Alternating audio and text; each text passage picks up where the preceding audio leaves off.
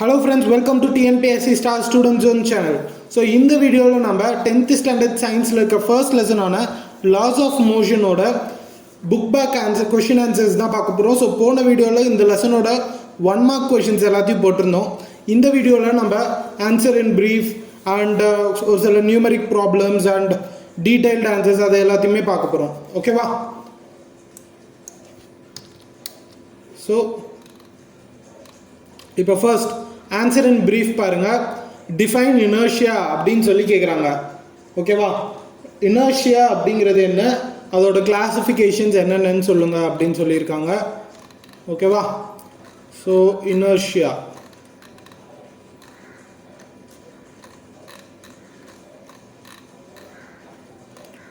Page number 2ல இருக்குது.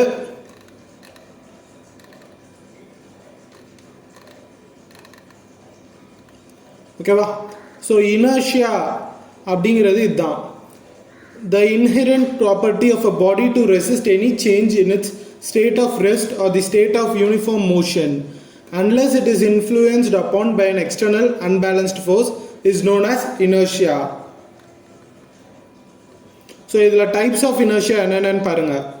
First inertia of rest, inertia of motion and அதுக்கப்புறம் inertia of direction. இதில் வந்துட்டு நீங்கள் டைட்டில் மட்டும் எழுதினா போதும், ஏன்னா ஷார்ட் ஆன்சர்ஸ் அப்படிங்கிறதுனால. இப்போ நம்ம சொல்கிறதெல்லாம் எப்படின்னா போர்டு எக்ஸாமோட கீ இதில் எப்படியெல்லாம் கேட்பாங்களோ அந்த இது படி சொல்கிறோம். ஓகேவா? ஸோ இதெல்லாம் எழுதினா போதும். ஓகேவா? அடுத்தது நம்ம ஏன் மெயினாக புக்கில் மார்க் பண்ணி காமிக்கிறோம் அப்படின்னு பார்த்தீங்கன்னா, ஃபர்ஸ்ட் இது நம்மளுக்கு கீ இருக்குது இல்லையா போர்டு எக்ஸாமுக்கு, அதாவது ஒரு பேப்பரை வச்சு கரெக்ட் பண்ணுவாங்க இல்லையா ஒரு மாடல் ஆன்சரை வச்சு, அந்த மாடல் ஆன்சர் வந்துட்டு புக்கில் இருக்கிறது அப்படியே வரும். நீங்கள் வேறு ஏதாவது ஒரு கைட்லேருந்து எடுத்து எழுதுனீங்கன்னா கூட அதை அக்செப்ட் பண்ணிக்க மாட்டாங்க. பட் புக்கில் இருக்கிறத அப்படியே அக்செப்ட் பண்ணிக்குவாங்க அந்த கீழே. ஓகேவா? ஸோ அதனால தான் புக்கை படிங்க அப்படின்னு சொல்லி சொல்கிறோம். ஓகேவா? Next answer in brief. Answer briefly second one பாருங்கள். Classify the types of forces based on their application. ரெண்டு டைப் தான் இருக்குது, like parallel forces, unlike parallel forces. இது ரெண்டு தான் அந்த டைப். ஓகேவா? நெக்ஸ்ட் தேர்ட் ஒன் பாருங்க. If a 5 Newton and a 15 Newton force are acting opposite to one another, find the resultant force and the direction of action of the resultant force அப்படின்னு சொல்லி கேட்குறாங்க. ஓகேவா? ஸோ இதை எப்படி பண்ணலாம் அப்படிங்கிறத பாருங்க. ஸோ இது இந்த மாதிரி தான் பண்ணும். ஸோ 5 நியூட்டன்ஸும் 15 நியூட்டன்ஸும் ஆக்ட் ஆகுது, ரெண்டுமே ஆப்போசிட் டைரக்ஷன் ஆக்ட் ஆகுது. அப்படிங்கிறப்போ ரெண்டுத்தையும் நம்ம மைனஸ் பண்ணுவோம். ஓகேவா? ஸோ அதனால் ப்ளஸ் ஆஃப் -15 அப்படின்னு போட்டுக்கிறோம். ஓகே, ஏன்னா ரெண்டுமே ஆப்போசிட் டிரெக்ஷனில் ஆக்ட் ஆகுது. அப்போது நம்மளுக்கு ஃபைனலாக வர்றது -10 நியூட்டன்ஸ். ஸோ ரிசல்டன்ட் வந்துட்டு நம்மளுக்கு -10 newtons. Differentiate weight, mass and weight அப்படின்னு சொல்லி கேட்டிருக்காங்க. மாஸுக்கும் வெயிட்டுக்கும் இருக்கக்கூடிய டிஃப்ரென்ஸ் என்ன அப்படின்னு சொல்லி கேட்டிருக்காங்க. ஸோ பேஜ் நம்பர் 10ல் இருக்குது மாஸ் வெயிட் அப்படிங்கிற சப்ஹெட்டிங் கீழே பார்த்தீங்கன்னா, mass of a body is defined as the quantity of matter contained in the body. இதோட எஸ்ஐ யூனிட்ஸ் வந்துட்டு KG. Mass is a scalar quantity. ஓகேவா? அண்ட் அதுக்கப்புறமா mass is constant at all places. ஓகேவா? So இதெல்லாம் நீங்கள் மாஸ்க்காக எழுதிக்கணும். அடுத்தது வெயிட்க்கு பாருங்கள். weight of a body is defined as the gravitational force exerted on a body due to gravity. ஓகேவா? கிராவிட்டியால் exert பண்ணக்கூடியது தான் இது அப்படின்னு சொல்கிறாங்க. அண்ட் அதுக்கு அடுத்தது பாருங்கள், weight is a vector quantity, SI unit of weight is newtons. ஓகேவா? Next weight is variable with respect to gravity. அதாவது வெயிட் அப்படிங்கிறது கிராவிட்டியை பொறுத்து சேஞ்ச் ஆகும் அப்படின்னு சொல்கிறோம். ஓகேவா? ஓகே, அடுத்தது பாருங்க.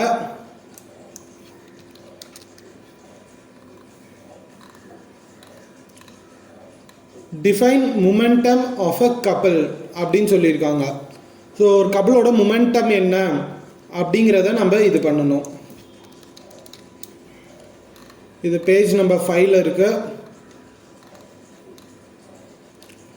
So the rotation of a body, the rotating effect of a couple is known as momentum of a couple.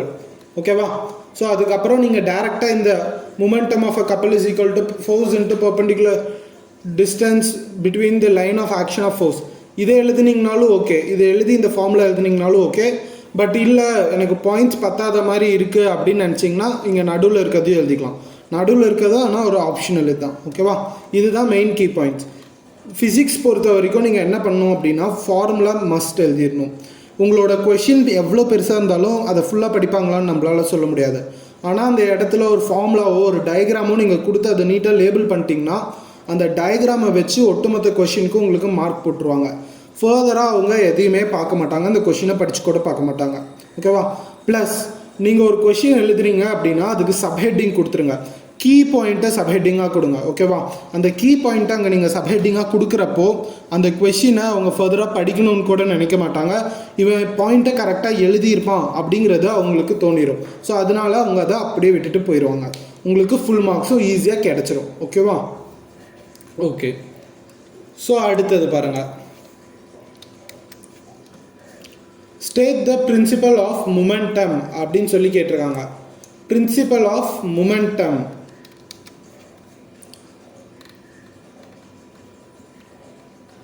ஓகேவா. ஸோ பிரின்சிபல் ஆஃப் மொமெண்டம் அப்படிங்கிறது இங்கே இருக்குது பேஜ் நம்பர் 5ல். when a number of like and unlike parallel forces act on a rigid body and the body is in equilibrium. Okay, so algebraic some படி பார்த்தீங்கன்னா anti clockwise டைரக்ஷனும் clockwise டைரக்ஷனும் ஈக்குவலாக இருக்கும் அப்படின்னு சொல்கிறாங்க. அண்ட் இது வந்துட்டு ஒரு ஈக்குலிபிரியம் ஸ்டேட்டில் இருக்கும் அப்படிங்கிறாங்க. ஸோ சம் ஆஃப் ஃபோர்ஸஸ் அப்படின்னு பார்த்தோம்னா 0 அப்படின்னு வரும்ன்ட்டு. ஓகேவா. ஸோ இந்த டைட்டில் ஃபுல்லாக பிரின்சிபல் ஆஃப் மூமெண்டம் அந்த இதை எடுத்துக்கணும், அவ்வளோதான். ஸோ இங்கே இருக்க டயக்ராமும் வரைகிறதுனா வரைஞ்சிக்கோங்க. ஓகேவா. இது ஒரு ஆட் ஆன் மாதிரி தான். இன்கேஸ் உங்களுக்கு நடுவில் ஏதாவது இது மறந்துச்சுன்னா கூட இந்த டயக்ராம் போட்டுங்கன்னா உங்களுக்கு மார்க் கொடுத்துருவாங்க. State Newton second law. ஓகேவா. நியூட்டனோட செகண்ட் லாவை ஸ்டேட் பண்ணுங்க அப்படின்னு சொல்லியிருக்காங்க. So Newton second law page number 6ல் இருக்கு. இதை நீங்கள் அப்படியே எழுதுனா போதும். According to Newton's second law, the force acting on a body is proportional to the rate of change of linear momentum of the body and the change in momentum takes place the direction of force. ஓகேவா. And இதை எழுதி முடிச்சதுக்கப்புறம் இந்த F is equal to ma, force is equal to mass into acceleration இருக்கு இல்லையா, இது must நீங்கள் எழுதியே ஆகணும். இதை எழுதினா தான் உங்களுக்கு இந்த கொஷினுக்கு மார்க்கே வரும். இந்த ஸ்டேட்மெண்ட்டை மட்டும் எழுதிட்டேன் எனக்கு அதுக்கு வரல அப்படின்னா உங்களுக்கு 1 மார்க் தான் தருவாங்க. அந்த ஃபார்முலாவுக்கு தான் மீதி இருக்க மார்க்ஸ்லாம். ஓகேவா. ஸோ அந்த ஃபார்முலா அப்படிங்கிறது மஸ்ட். ஓகேவா. ஓகே, ஸோ அடுத்தது பாருங்கள். ஸ்டேட் நியூட்டன் செகண்ட் லா அப்படின்னு சொல்லியிருக்காங்க. ஓகே, ஸோ இதுதான் இப்போ பார்த்தோமா. Okay, why a spanner with a long handle is preferred to tighten screws in heavy vehicles அப்படின்னு கேட்குறாங்க. ஏன் அந்த மாதிரி ப்ரிஃபர் பண்ணுறாங்க அப்படின்ட்டு. ஸோ இதுதான் அதுக்கான answer. This is because turning effect to tighten the screw depends upon the perpendicular distance of the applied force from the axis of rotation in a power arm. Larger the power arm, less is the force required to turn the screws. So a spanner is provided with a long handle. ஓகேவா. அதாவது என்ன சொல்கிறாங்கன்னா long handle இருக்கப்போ உங்களுக்கு dark வந்துட்டு ஈஸியாக இருக்கும், force வந்துட்டு ஈஸியாக அப்ளை பண்ண முடியும். சின்னதாக ஹேண்டில் வச்சிங்கன்னா நீங்கள் ரொம்ப கஷ்டப்பட்டு திருப்ப வேண்டியது இருக்கும் அப்படின்னு சொல்கிறாங்க. அவ்வளோதான். ஸோ இதை மட்டும் எழுதுனீங்கனாலே போதும். இதெல்லாம் சும்மா நாமளே திங்க் பண்ணுற எழுதுகிற மாதிரி கொஷின்ஸ். ஓகேவா. இதில் இருக்க முக்கியமான இது என்ன அப்படின்னா இந்த perpendicular distance of the applied force இருக்கு இல்லையா, ஆக்சிஸ் ஆஃப் ரொட்டேஷன். ஸோ இந்த ஒரு ஸ்டேட்மெண்ட் அப்படிங்கிறது இங்கே ரொம்ப ரொம்ப முக்கியம். இந்த டிபெண்ட்ஸ் அப்பான்ல இருந்து இந்த ஆர்ம் பவர் ஆர்ம் வரைக்கும் இதை எழுதுனீங்கன்னா தான் உங்களுக்கு மார்க் வரும். ஓகேவா. நெக்ஸ்ட் 9th ஒன் பாருங்க. while catching a cricket ball the fielder lowers his hand backwards. why அப்படின்னு கேட்குறாங்க. ஓகேவா. ஸோ இங்கே இருக்க பேஜ் நம்பர் 7ல் in cricket a fielder pulls back his hand while catching the ball. He experiences a smaller force for a longer interval of time to catch the ball, resulting in a lesser impulse on his hand. So இப்போ வந்துட்டு அவன் கையை பின்னாடி கொண்டு போகல அப்படின்னா அவன் கை அடிபடுற மாதிரி ரொம்ப ஃபோர்ஸ் எக்ஸர்ட் ஆகும் அந்த கையில். அதனால அவன் வந்துட்டு கை வலிக்கும். ஓகேவா. ஸோ கை வலிக்கும் அண்ட் பாலை ஒழுங்காக பிடிக்கவும் முடியாது. அதனால தான் அவங்க பாலை பிடிச்சி கொஞ்சம் பின்னாடி கொண்டு போகிறாங்க, அந்த ஃபோர்ஸை வந்துட்டு காம்ப்ரமைஸ் பண்ணுற மாதிரி. ஓகேவா. ஓகே. நெக்ஸ்ட் பாருங்க, how does an astronaut float on in a space shuttle அப்படின்னு சொல்லி கேட்குறாங்க. ஸோ ஒரு ஆஸ்ட்ரோனட் வந்துட்டு எப்படி ஒரு ஸ்பேஸ் ஷட்டிலில் ஃப்ளோட் பண்ணுறாங்க அப்படின்ட்டு. ஒரு ஆஸ்ட்ரோனட் ஸ்பேஸ் ஷட்டிலில் ஃப்ளோட் பண்ணுறது அப்படிங்கிறது நம்ம பார்த்தோம் அப்படின்னா நார்மலாக கிராவிட்டி இல்லை அப்படின்னு சொல்லுவோம். பட் ரியலாக அங்கே என்ன நடக்குது அப்படின்னு பார்த்திங்கன்னா, நம்மளுக்கு அங்கே ஏர்த்தோட கிராவிட்டி அங்கே இருக்குது. ஓகேவா? என்ன எக்ஸாக்ட் வேர்டிங்ஸில் இப்படி போடலாம். ஓகேவா? Astronauts are not floating but falling freely. அதாவது இவங்க வந்துட்டு ஃப்ளோட் பண்ணல, ஃப்ரீலி ஃபாலிங் ஆப்ஜெக்டாக அங்கே கன்சிடர் பண்ணுறாங்க அந்த ஒரு ஸ்பேஸ் ஷட்டில். கிராவிட்டி இருக்கிறதுனால தான் அந்த ஸ்பேஸ் ஷட்டில் வந்துட்டு ஏர்த்தை சுற்றி வருது. இல்லை அப்படின்னா அது எப்பயோ ஸ்பேஸில் தொலைஞ்சு போயிருக்கும். ஓகேவா? ஸோ இவங்க வந்துட்டு ஒரு ஃப்ரீலி ஃபாலிங் பாடியாக கன்சிடர் பண்ணுறாங்க. அதனால தான் அந்த ஸ்பேஸ் ஷட்டிலுக்குள்ளாரே உங்களால் ஃப்ளோட் பண்ண முடியுது. ஓகேவா? ஸோ நீங்கள் எக்ஸாமில் இந்த ஒரு பாயிண்ட், இந்த ஒரு பேராகிராஃப் இருக்கு இல்லையா, இதை மட்டும் கொடுத்தீங்கன்னா போதும், உங்களுக்கு ஃபுல் மார்க் கிடச்சிடும். ஓகேவா? அவ்வளோதான். நெக்ஸ்ட் அடுத்தது வந்துட்டு உங்களுக்கு நியூமரிக் ப்ராப்ளம்ஸ் தான் இருக்குது ஃபுல்லாக. ஓகேவா? ஸோ 4 ப்ராப்ளம்ஸ் இருக்குது. இது எப்படி பண்ணுறதுன்னு பாருங்கள். 2 bodies have a mass ratio of 3:4. The force applied on the bigger mass produces an acceleration of 12 meter per second square. What could be the acceleration of the other body if the same force acts on it? ஓகேவா? So இது எப்படி பண்ணலாம் அப்படின்னு பாருங்கள். So இந்த மாதிரி தான் mass ratio of the பாடி வந்துட்டு சொல்லிட்டாங்க 3:4 அப்படிங்கிறது. அப்போ நம்மளுக்கு next same forces is m1:m2 acting on the body and a2 is equal to 12 meter per second square. இதை கொடுத்துட்டாங்க. ஓகே. அண்ட் அதுக்கப்புறமா நம்மளுக்கு என்ன இது பண்ணியிருக்காங்கன்னா, இப்போ வந்துட்டு இதே ஃபோர்ஸை இன்னொரு பாடி அடுத்த பாடியில் ஆக்ட் பண்ணும்போது அது என்ன இதில் இருக்கும், அதுக்கு என்ன ஆக்சலரேஷன் கிடைக்கும் அப்படின்னு சொல்லி கேட்டிருக்காங்க. சின்ஸ் நம்மளுக்கு இங்கே கொடுத்துருக்க மாஸ் ரேஷியோ அப்படிங்கிறதுனால நம்மளுக்கு ரொம்பவே வசதியாக போச்சு. இப்போ என்ன பண்ணலாம் அப்படின்னா, நம்மளுக்கு ஃபார்முலா தெரியும், மொமெண்டம் ஃபார்முலா நம்ம எல்லாத்துக்குமே தெரியும். m1a1 is equal to m2a2 அப்படிங்கிறது. ஓகேவா? ஸோ இப்போ m1a1 is equal to m2a2 அப்படின்னு இருக்கு இல்லையா, நான் என்ன பண்ணுறேன் அப்படின்னா இந்த m2வை இந்த சைட் கொண்டு வந்துடுறேன். ஓகேவா? இந்த m2வை இந்த சைட் கொண்டு வந்துடுறேன், a1 இந்த சைட் கொண்டு வந்துடுறேன். கொண்டு வந்துட்டேன் அப்படின்னா எனக்கு இது எப்படி இருக்கும் அப்படின்னு பார்த்தீங்கன்னா, m1 by m2 is equal to a2 by a1 அப்படின்னு சொல்லி இருக்கும். ஓகேவா? இப்போ மாஸ் ரேஷியோ நம்மளுக்கு சொல்லிட்டாங்க 3/4 அப்படிங்கிறது. அடுத்தது ஆக்சலரேஷனில் ஒன்று மட்டும் நம்மளுக்கு தெரியும், a2 வந்துட்டு 12 மீட்டர் பர் செகண்ட். ஸோ இங்கே 12 டிவைடட் பை a1. இப்போ இந்த a1 இந்த சைட் கொண்டு வந்துட்டு இந்த ஒட்டுமொத்த இதையும் இங்கே கொண்டு வாங்க. கொண்டு வந்தீங்கன்னா உங்களுக்கு a1 is equal to 12 into 3/4 அப்படிங்கிறது வரும். ஸோ இதையும் கேன்சல் பண்ணிங்கன்னா இங்கே 3 வரும். So a1 is equal to 9 அப்படிங்கிறது நம்மளுக்கு கிடைக்கும். ஓகேவா? வெயிட், ஓ சாரி, இது வந்துட்டு ஆப்போசிட்டாக போட்டாச்சு. 3/4 இந்த சைடு வந்துச்சுன்னா 4/3. ஸோ அதனால் இது கேன்சல் ஆகி இங்கே 4 வரும். ஓகேவா? So a1 is equal to 16. Sorry. ஓகேவா? a1 is equal to 16 metre per second square. Next second one பாருங்கள். the ball of a mass 1 kg is moving with a speed இவ்வளோ. மாஸ் அவ்வளோன்னு மாஸ் வந்துட்டு 1 kgன்னு கொடுத்துட்டாங்க, speed வந்துட்டு 10 metre per second ஸ்கொயர்னு கொடுத்துட்டாங்க. Rebounds with after a perfect elastic collision with the floor. Calculate the change in linear momentum of the ball.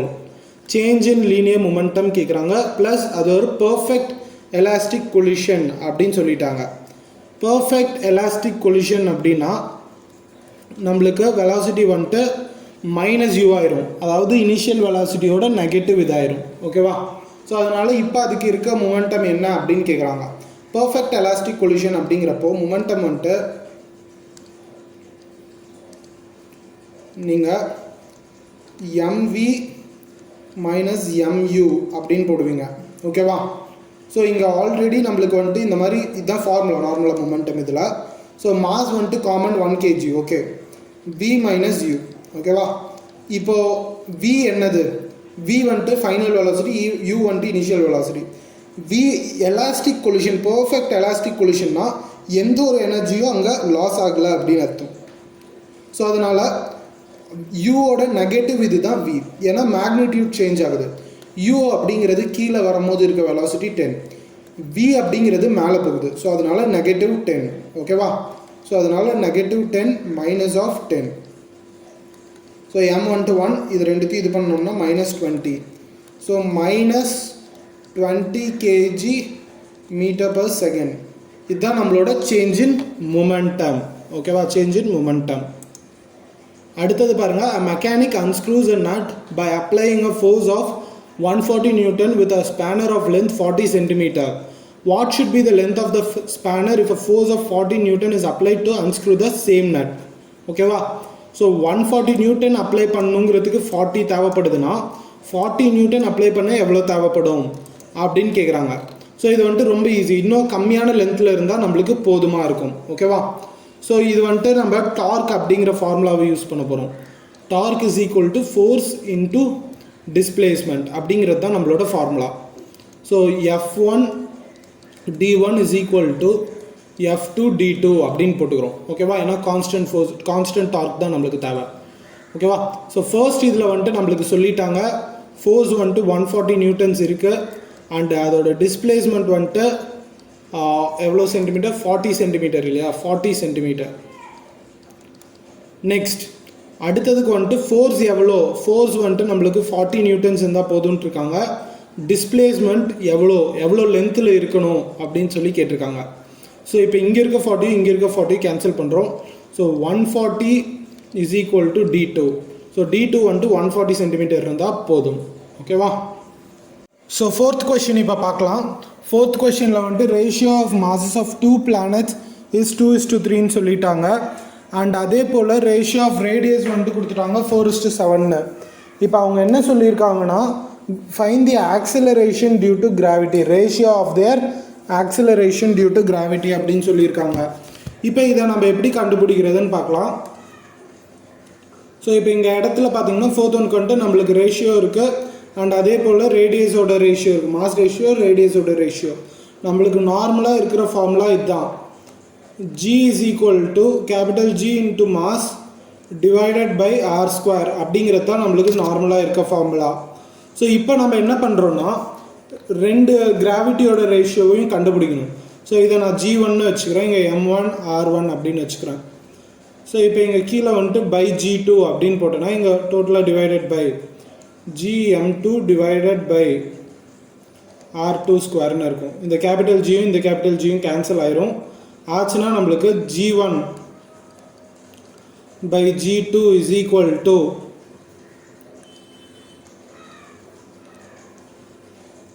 என்னன்னு வரும்னா R2 divided by R1 the whole square M1 by M2 அப்படின்னு வரும். ஓகேவா? M1 into R2 the whole square, அதாவது R2 square R1 ஸ்கொயருங்கிறத whole ஸ்கொயராக நான் எடுத்துக்கிட்டேன். ஓகேவா? அவ்வளோதான். இப்போ இது ரெண்டுத்துக்கும் ரேஷியோ கொடுத்துருக்காங்க. R1 by R2ங்கிறது 4/7. அப்போ R2 by R1ங்கிறது 7/4 the whole square into M1 by M2ங்கிறது 2/3. So இதை நம்ம சிம்பிளிஃபை பண்ணும்போது நம்மளுக்கு இங்கே வந்துட்டு 49 வருது, இங்கே 16 வருது, இங்கே 2/3ன்னு வருது.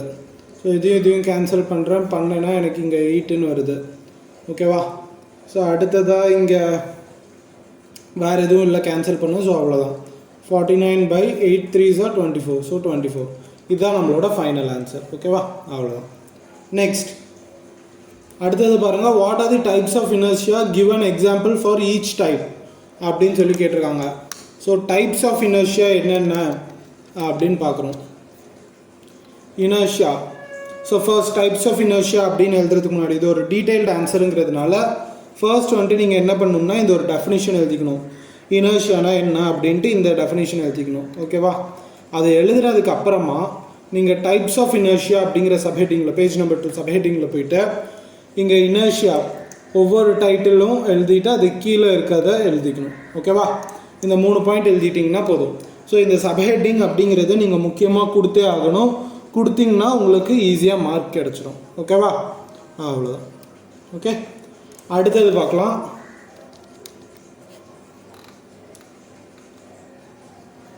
Next, state the Newton's laws of motion அப்படின்னு சொல்லியிருக்காங்க. Newton's laws of motion. ஓகேவா?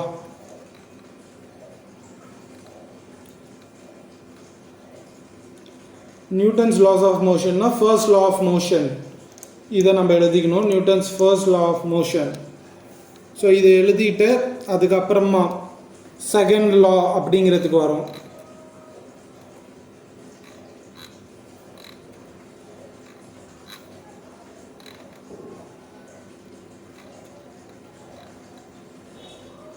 ஓகேவா? நியூட்டன் செகண்ட் லாக்கு நம்ம அதோட டெஃபினிஷன் எழுதிக்கிறோம்.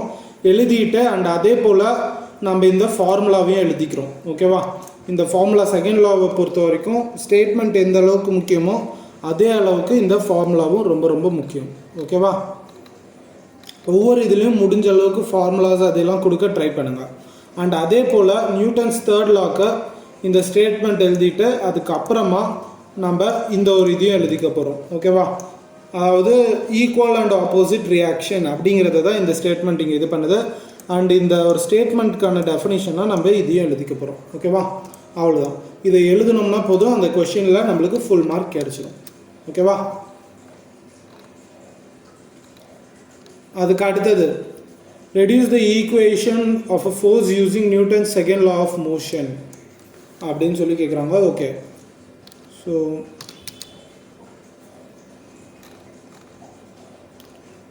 ஸோ ஈக்குவேஷன் நம்ம இது பண்ணோம். இங்கே ஈக்குவேஷன் அப்படிங்கிறது இந்த இடத்துலேருந்து ஆரம்பிக்குது, இனிஷியல் மொமெண்டம். ஸோ ஈக்குவேஷன் தானே கேட்குறாங்க அப்படின்னு சொல்லி நீங்கள் ஸ்டேட்மெண்ட் இங்கே மிஸ் பண்ணக்கூடாது. நீங்கள் இங்கே ஸ்டேட்மெண்ட்டையும் எழுதணும். ஸ்டேட்மெண்ட் எழுதிட்டு அதுக்கப்புறம் இங்கேருந்து உங்களுக்கு ஒரிஜினல் இது ஆரம்பிக்குது. ஸோ கிவன் இங்கே கொடுத்துருக்க யூனிட்ஸை நீங்கள் டிஃபைன் பண்ண போகிறீங்க. லெட் இது M mass, type T, velocity V அப்படின்லாம் டிஃபைன் பண்ணுறீங்க. பண்ணிவிட்டு அப்புறம் இங்கேருந்து ஈக்குவேஷன் இதெல்லாம் நீங்கள் மெமரி பண்ணி தான் ஆகணும், வேறு வழி இல்லை. ஓகேவா? ஸோ ஃபர்ஸ்ட் மொமெண்டமை நம்ம டிஃபைன் பண்ணுறோம், இனிஷியல் மொமெண்டமும் ஃபைனல் மொமெண்டமும். ஸோ இப்போ இது ரெண்டுத்துக்கும் இருக்க டிஃப்ரென்ஸ் பார்க்க போகிறோம். டிஃப்ரென்ஸ் பார்த்தோம் அப்படின்னா நம்மளுக்கு இந்த மாதிரி வரும். ஓகேவா?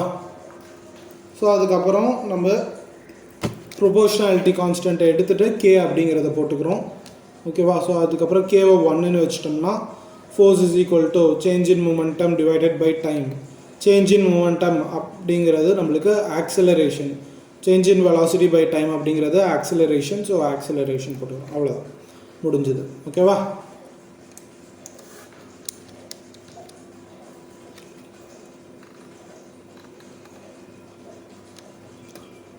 அடுத்தது பாருங்கள், state and prove the law of conservation of linear momentum அப்படின்னு சொல்லியிருக்காங்க. Law of conservation of linear momentum.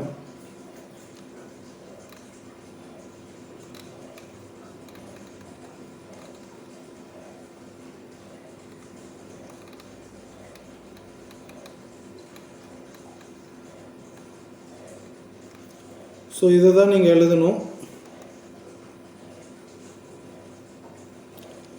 Principal of conservation of linear மொமெண்டம்னு இருக்கு இல்லையா, இந்த டைட்டிலுக்கு அடியில் வர்றது.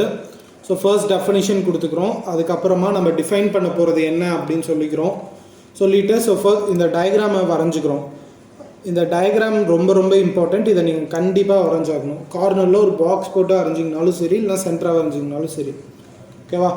வரைஞ்சிட்டு அதுக்கப்புறமா நீங்கள் வந்துட்டு இதில் என்னென்னலாம் இந்த சினாரியோ என்னென்ன எக்ஸ்பிளைன் பண்ணுறீங்க இந்த பேராகிராஃபில் பண்ணதுக்கப்புறமா நீங்கள் டெரிவேஷனை இது பண்ணுறீங்க.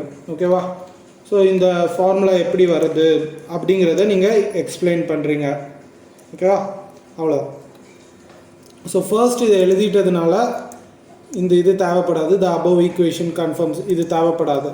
ஓகேவா? நீங்கள் கடைசியாக இருக்கிறது பண்ணால் போதும். ஓகேவா? Hence the law of conservation of momentum is proved.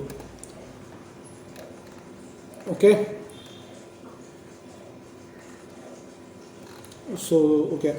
So நீங்கள் மேலே வந்துட்டு இதை சரியாக கொடுக்கல, மேலோட்டமாக கொடுத்துருக்காங்க. ஸோ அதனால் உங்களுக்கு இதுவும் தேவைப்படும். ஓகேவா? ஸோ நீங்கள் இப்போ இதையும் எழுதி தான் ஆகணும், இந்த இதையும் சேர்த்து தான். ஓகேவா? ஸோ மேலேருந்து இது வரைக்கும் ஃபுல்லாத்தையும் நீங்கள் எழுதி தான் ஆகணும். Okay okay fine. இது பெருசாக இருக்குது அப்படின்னு நினைக்காதீங்க. மேக்ஸிமம் இந்த மாதிரி கொஷின்ஸ்லாம் உங்களுக்கு ஒரு பேஜ் ஃபுல்லாக வர மாதிரி இருக்கும். எல்லா பாயிண்ட்ஸையும் முடிஞ்ச அளவுக்கு இன்க்ளூட் பண்ண ட்ரை பண்ணுங்கள். ஏன்னா நம்மளுக்கு கரெக்ட் பண்ணுறவங்க நம்மளோட டீச்சர் கிடையாது, வேறு ஒருத்தவங்க. அதனால அவங்க எந்த பாயிண்ட்டை முக்கியமான பாயிண்ட் அப்படின்னு நினைப்பாங்கன்னு நம்மளால் சொல்ல முடியாது. அந்த ஆன்சர் கீழே பார்த்தீங்கன்னா நம்ம 5 பாயிண்ட் தான் எழுத சொல்லியிருப்பாங்க நம்மளை, ஆனால் அங்கே ஒரு 8 பாயிண்ட் 7 பாயிண்ட் அந்த மாதிரி இருக்கும். ஸோ மீதி நம்மளால் முடிஞ்ச அளவுக்கு எல்லா பாயிண்ட்ஸையும் கொடுத்துட்டோம் அப்படின்னா நம்மளுக்கு பிரச்சனை இல்லை. ஓகேவா? இன்கேஸ் நம்ம ஷார்ட் ஆகிட்டோம் அப்படின்னா அவங்க அதை ஒரு ட்ராபேக்காக பார்ப்பாங்க. ஓகேவா? ஸோ முடிஞ்ச அளவுக்கு எல்லா பாயிண்ட்ஸையும் கொடுத்துருங்க. Describe rocket propulsion.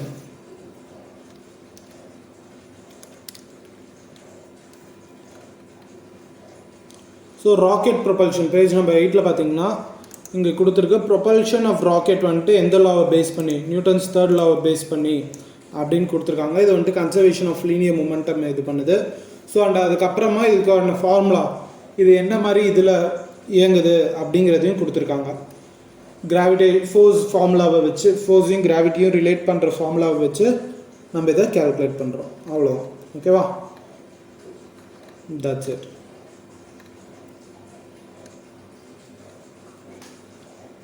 அப்படிங்கிறதுனால நீங்கள் இந்த பார்ட்டையும் இங்கே இன்க்ளூட் பண்ணி தான் ஆகணும். ஓகேவா? ஸோ லாங் ஆன்சர் அப்படின்னு வந்துட்டாலே நம்ம முடிஞ்ச அளவுக்கு அதிகமாக கொடுக்க ட்ரை பண்ணணும். அப்போ தான் நம்மளால் நிறைய மார்க்ஸ் வாங்க முடியும். ஓகேவா? ஸோ இந்த பார்ட்டையும் இங்கே இன்க்ளூட் பண்ணிக்கிறோம். ஒன்றும் இல்லை, ஜஸ்ட்டு ராக்கெட்டில் வந்துட்டு ஹாட்டாக ரிஜெக்ட் ஆகுறதுனால அது மேலே போகுது, ஒரு லீனியர் மொமெண்டம் கொடுக்குது, ஹியூஜ் மொமெண்டம் கொடுக்குது. ஸோ இது அப்போஸ் பண்ணுற மாதிரி கீழேருந்து நம்ம மேலே போகிறோம். அந்த எக்ஸஸ் இது ஹாட் ஏர் வெளியே வர்றதுனால அது அப்போஸ் பண்ணுறதுல நம்ம மேலே போகிறோம் அதே ஃபோர்ஸ் எக்ஸர்ட் பண்ணி. ஸோ ஒரு குறிப்பிட்ட தூரத்துக்கு போனதுக்கப்புறம் வெலாசிட்டி வந்துட்டு நம்மளுக்கு ரொம்ப இனஃபாக இருக்கும் ஏர்த்தோட கிராவிட்டிலேருந்து எஸ்கேப் ஆகுறதுக்கு. இதை தான் நம்ம எஸ்கேப் வெலாசிட்டின்னு சொல்லுவோம் அப்படின்னு சொல்லி முடிச்சிடுறோம். அவ்வளோதான். ஓகேவா? நெக்ஸ்ட் கொஷின் பாருங்கள். State the universal law of gravitation and derive its mathematical expression அப்படின்னு சொல்லியிருக்காங்க. ஓகேவா? So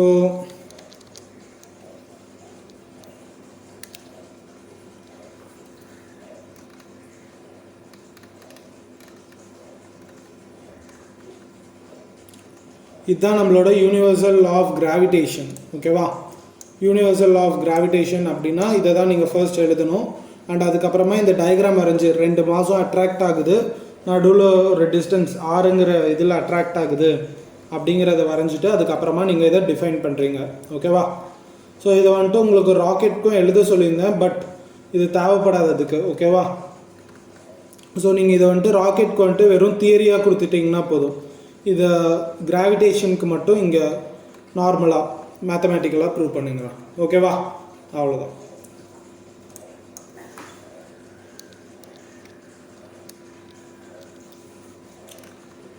so most of the ஃபார்முலாஸை தான் நீங்கள் டிஃபைன் பண்ணுற மாதிரி இருக்கும் அந்த ஸ்டேட்மெண்ட்ஸில். ஸோ அதனால் நீங்கள் ஃபார்முலாஸ் எல்லாம் வந்துட்டு நல்லா புரிஞ்சுக்கிட்டீங்க அப்படின்னா அதை வச்சு நீங்கள் ஸ்டேட்மெண்ட்டை ஈஸியாக எழுதிடலாம். ஏதாவது ஒன்று நீங்கள் நல்லா ஞாபகம் வச்சுக்கிட்டிங்கன்னா இன்னொன்று அதை பேஸ் பண்ணி எழுத முடியும் உங்களால். ஓகேவா? அவ்வளோதான். Give the application of universal law of gravitation. Application கேட்குறாங்க இதுக்கு. ஸோ அப்ளிகேஷனுக்கு வந்துட்டு நீங்கள் இதை பாருங்கள். So page number 12 applications of Newton's law of கிராவிடேஷனில் உங்களுக்கு 5 இது இருக்கும். இந்த 5யுமே நீங்கள் எழுதி தான் ஆகணும். ஓகேவா? ஸோ இந்த 5 மட்டும் எழுதினீங்கனாலே போதும். இதுக்கு மேலே கூட எதுவும் தேவையில்லை, ஏன்னா புக்கில் இந்த 5 தான் இருக்குது. ஸோ இது போதும், அவ்வளோதான். ஓகேவா? ஓகே. ஸோ இதோட உங்களுக்கு ஃபர்ஸ்ட் லெசனுக்கான புக் பேக் ஃபுல்லாக முடிஞ்சுது. தேங்க்ஸ் ஃபார் வாட்சிங்.